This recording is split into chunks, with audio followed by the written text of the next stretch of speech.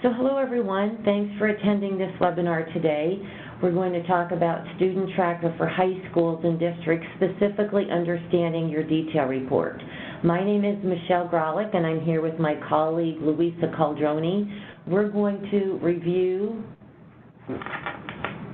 these items here. We're going to just briefly talk about the characteristics of the detail report, go over just a few of the frequently asked questions that we get, and then pull up the detail report and go over it pretty much in depth. So quick reminder, I'm assuming that you all are familiar with the StudentTracker set of reports, but we have the aggregate report the aggregate reports that include the basic packet, the demographics packet, the academics. And if you're not familiar with these, you can view the other webinar we did that's called Understanding Your Reports. This one today is going to focus on the student detail report. So just quickly, we want to review a few of the characteristics of the detail report. This allows you to see the student-specific enrollment and credential data that the Clearinghouse has in the database. It's going to include all of the students that we've matched for a given effective date. And I'll explain effective date on the next slide if you have a question about that. Because of the way that the detail report is returned to you, it's almost like an Excel spreadsheet, but you're able to filter on all of the columns. So you can filter on any of them to basically narrow any analysis that you might want to do. And here's just a few examples. A lot of our institutions have one class in a set of reports. There are others that have 2, 3, 4, up to 8 high school graduating classes. So you might want to just filter on a specific class or a specific high school to see how their post-secondary progress is going. You can quickly look at the in-state, out-of-state, 2, 4, public-private. Maybe you want to see the students that have withdrawn from school, see if that can give you any intel about what the students are doing. And then maybe you want to just see the students that have graduated. You can also find out which students attend the most common institutions. With that packet that we send to you, the last page on that basic packet shows you the most common institutions your students attend in the fall after high school. Maybe you want to know who those students are. You're able to filter on that college code or college name, and then you can see the students that went there.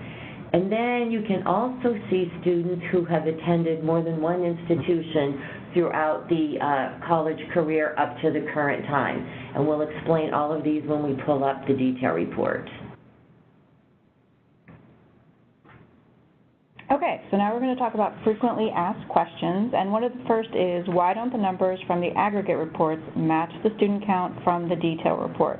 This is due to if a student has chosen to place a block on their records. If that occurs, that student will be counted in the aggregate report, but for privacy reasons, that student will not be counted in the detail report, so the numbers will not match most likely.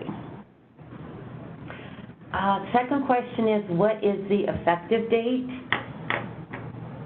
With the effective date, this is set by the Clearinghouse's Research Center, and we set it 3 times per year. We set one in the fall, one in the spring, and one in the summer. And just as informational piece, the date is noted in the report file name, so you'll always know what the most recent effective date is, or at least what date your reports have been run against. Now, the date is established. It's established to ensure that your student tracker reports provide the most comprehensive enrollment and degree data provided by those colleges for a given period. And that, more importantly, that all of the secondary institutions are matched against the same set of post-secondary data. Reports that are generated in between effective dates are going to be processed against the most recent effective date. No new data will be reported. The third question here, why don't students have enrollment records at a particular college? This is one we see frequently, especially if you live in an area where the high school is very close to a college, because you're wondering, or you know a lot of your students go to a particular college, and maybe when you get the detail report, you don't see that college any students are attending. And this is because, how shall I explain it? This is because the colleges report their enrollment and degree records to the Clearinghouse. So we're always going to report out the most recent records they've sent to us. And that's why we check the effective date. We do an analysis to determine that at least, I think all 50 or at least 48 states have 98% of all of the enrollment records provided. And I would say the majority of colleges are right on with their compliance reporting, but every now and then something happens, anything from maybe there's just some turnover at the institution, maybe they have a new SIS system and are trying to figure some things out. So it's possible that there could be a college or two that has not reported their enrollment for that particular effective date. And that could be why you don't see any students from that particular college on your detail report. And the last question, are college classes that a student took during high school included in StudentTracker reports? So if a high school student takes a college class and the term end date of that college class falls after the August 15th date that starts the fall post-secondary term, the enrollment will appear. Any enrollment with an end date before August 15th will not appear because the report was designed to show enrollment after high school graduation.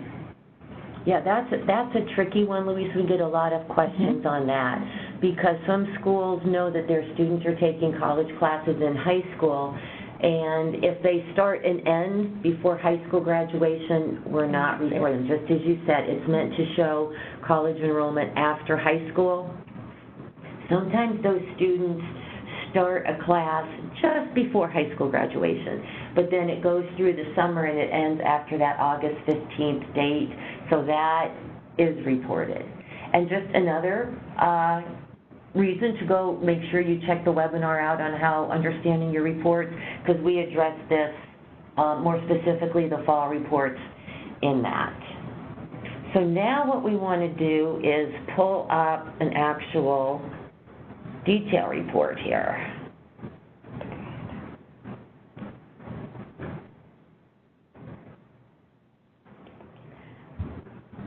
So this is a sample of what the detail report will look like that is sent back to your FTP account. We also have resources available on our website to help you decipher the information on the detail report. So Michelle's going to show you on our public site where you can find the detail report guide. All right, let me get to that.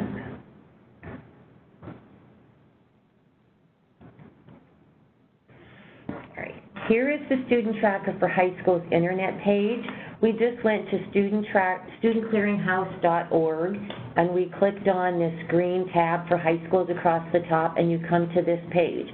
A lot of good information on here, but since we're talking about the detail report, I'm going to scroll down on the side over here where we have resources. Here is a detail report guide.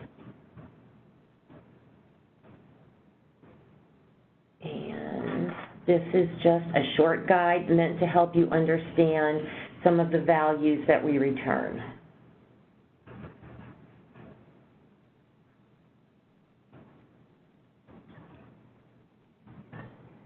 Okay. So this is pretty thorough, and I think the folks that have looked at this have been able to get the answers that they need from the detail report. It's just, we do want to take some time to show you a live detail report. Okay, let's pull that back up. Okay. So, it is rather wide. That is because we return a lot of information back to you. So the way that the detail report works, and our reports work, as we've said, we will match at each of the effective dates the students that you've sent to us, and because we're tracking high school graduation classes, all of the high school classes for which you've provided data are going to be reported here. So every single student in that batch is going to have at least one row in here. And what we're giving them is the unique identifier, the names that you provided, the suffix, any information you may have provided in the request to return field, and whether or not records were able to be found for the student. As Michelle mentioned before, if you would like to look at a specific school or specific graduating class, you can filter columns H or I to see how those groups of students performed. And so, yeah, you could do that. Like right here, you can see if we filtered on high school code. This particular example we're using has 4 different high school codes in here. So you could choose to pull up one of those just to see how that group of graduates are doing. And then here are the high school graduation dates. And we have, for the purposes of this example, there's several graduation dates here. Maybe you want to look just at the most recent. We'll just pull that up. You can see these are the students that were in that class, and then you could go over and look at all of their college enrollment. Okay, I'm going to clear that now. All right, so then it starts getting into the college records that we return to you. So this column is the college code and the college name and the college state.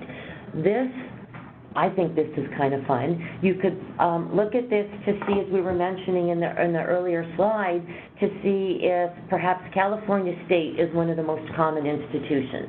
You could filter on that, go down here and find California State.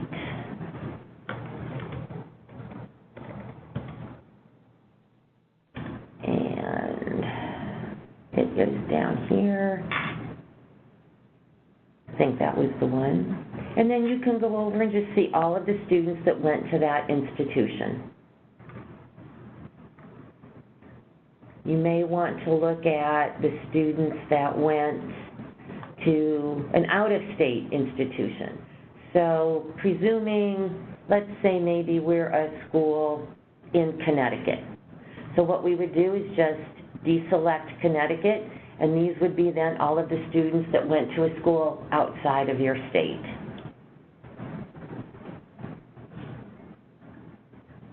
As you move across the file in columns M, N, you'll see the characteristics of the school that the student attended, if it was 2-year, 4-year, public, or private. And then in column O, that's where the enrollment begin date will be listed, and the enrollment end is in column P. In column Q, that's also something you want to pay attention to, the enrollment status. On the detail report guide that we showed earlier, that will give you an explanation for what each of those abbreviations stand for, whether it's F, Q, W, so you can refer back to that for the enrollment status. And then again, one of the things I mentioned on the characteristics, if by chance you want to see students who withdrew, you can just click on the W and then you'll see those students, and you could go over here and just look at their name. One thing I want to point out is that every student that's in your batch will be in here, but you will see that a student could have many, many rows. Like our first student here, I'm going to highlight, it's student 1 that we have, and you'll see there's, 9 rows. That is because when our detail report, we give you every single enrollment term that that student has attended, for which we have the records. So you will see this student started in September of 13, and then we have the typical fall, spring. Looks like there was a little summer session here from April to June. Then again, the fall, short spring, maybe a winter session. But we're giving you a row for every one of those enrollment terms. So just to be aware that if you do see some students that have withdrawn, you may then want to come over and filter on the name just to see maybe they withdrew but they went on to another institution. It's a little bit like putting a puzzle together.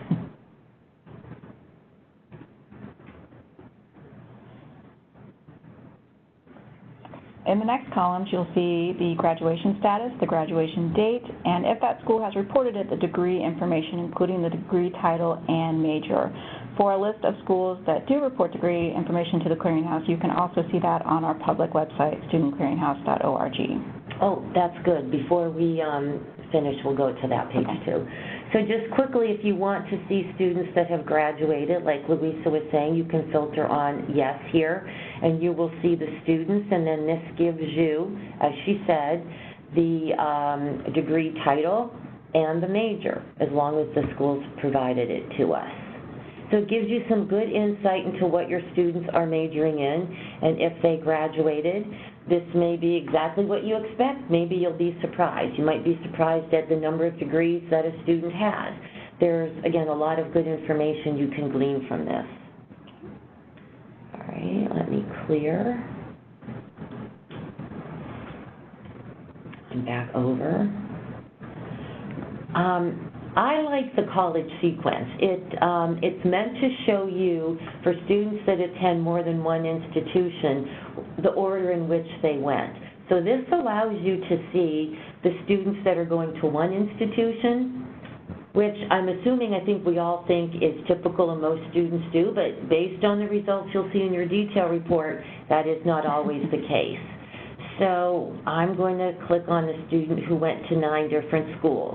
May seem extreme to you, but in many, it's very possible. A lot of the detail reports I've looked at, this is quite common. So I filtered on 9, and going over, we see this is student 3494.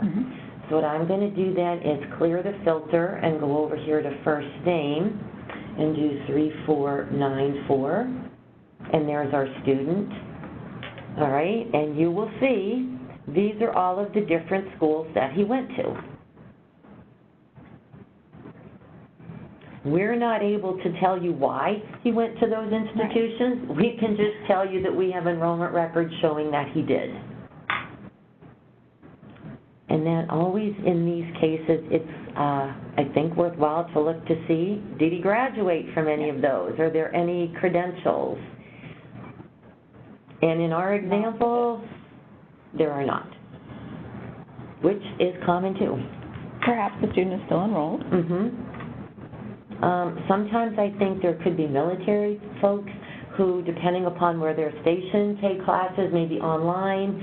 So it varies depending on the situation. Very good. Anything else on the detail report? Oh. In the last column, column W, that's the program code. So if you have chosen to include that information on the graduate file that you submit, perhaps you want to identify students who took AP courses, for example. That information will be returned in column W, and then you can filter to see students who took AP Bio, for example. What kind of classes or what kind of degrees did those students end up obtaining to help you see how that program is performing at your school. Right, that's a good one. A lot of institutions, and it's free form, yes. Right? So you can put whatever you choose to put in there in your file submissions, and we'll return that. So I think that's pretty much the detail report. Yes. If anyone out there has any questions, please feel free to send them through the chat, and before we finish, we can address them. Louisa wanted us to go to show you where the schools are participating in Degree Verify. So let me go out there. All right, so this is the StudentTracker page. What you can do is go over to the colleges page. Correct. And you will see right there it says Degree Verify. If you click on that,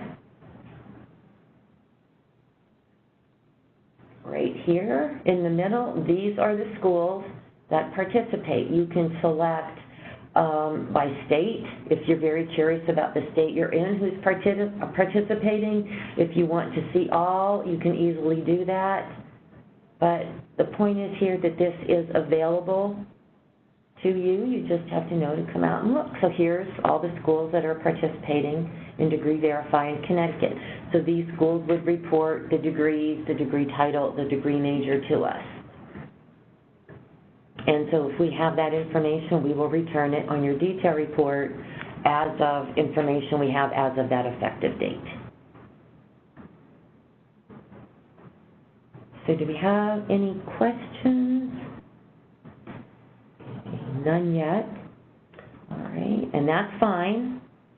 I'm going to go quickly back to the presentation, and just show you the last slide to give you some emails in case you do have questions. I know we went through this relatively quickly, but when you're looking at your own report, you might have some questions and you want to send to us. So there's the StudentTracker email. Down here we have the Clearinghouse Academy webpage. So in case you want to go out and look at the other webinar we did on understanding your reports, it's out there. I know there's one out there on the benchmark reports that our research center does. So we've put a tutorial together to explain how you can use your results to compare against that.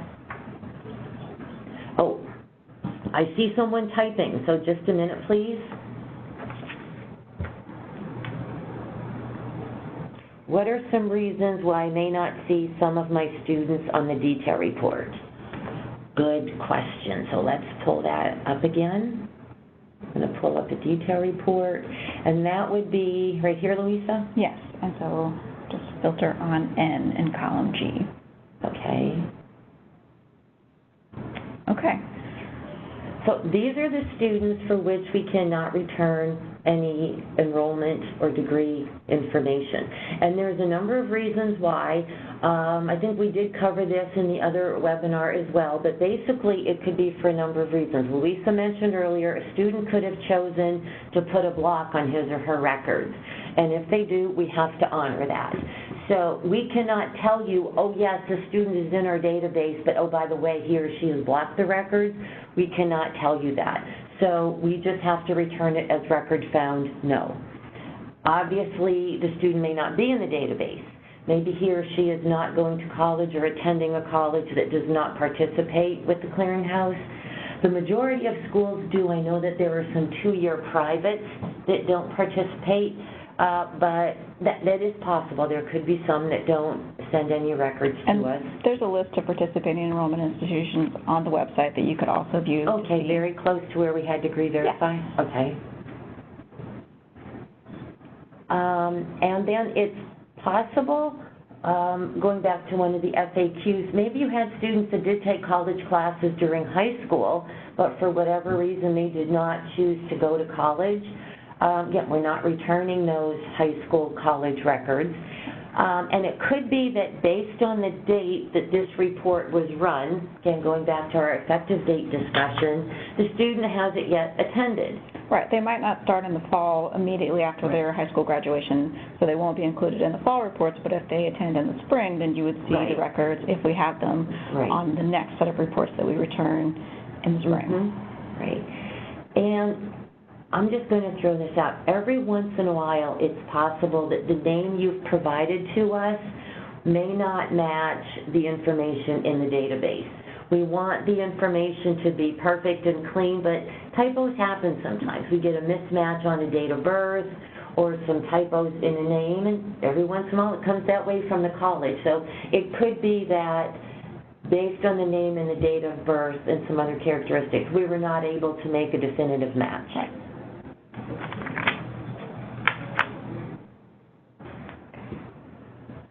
Oh, another question. You want to take that one? Sure.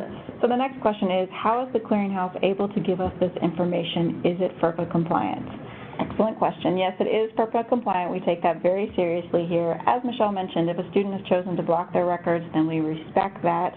That student will be counted in the aggregate reports that we return, but not in the detail reports that we return. So yes, the information is FERPA compliant, and we follow that very closely. All right, and then how are we able to give this?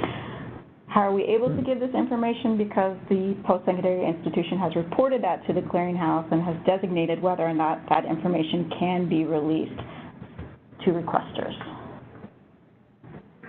Okay, so hopefully that answers the question. I don't see any more typing, so I think we've concluded this webinar. Again, thank you all for participating.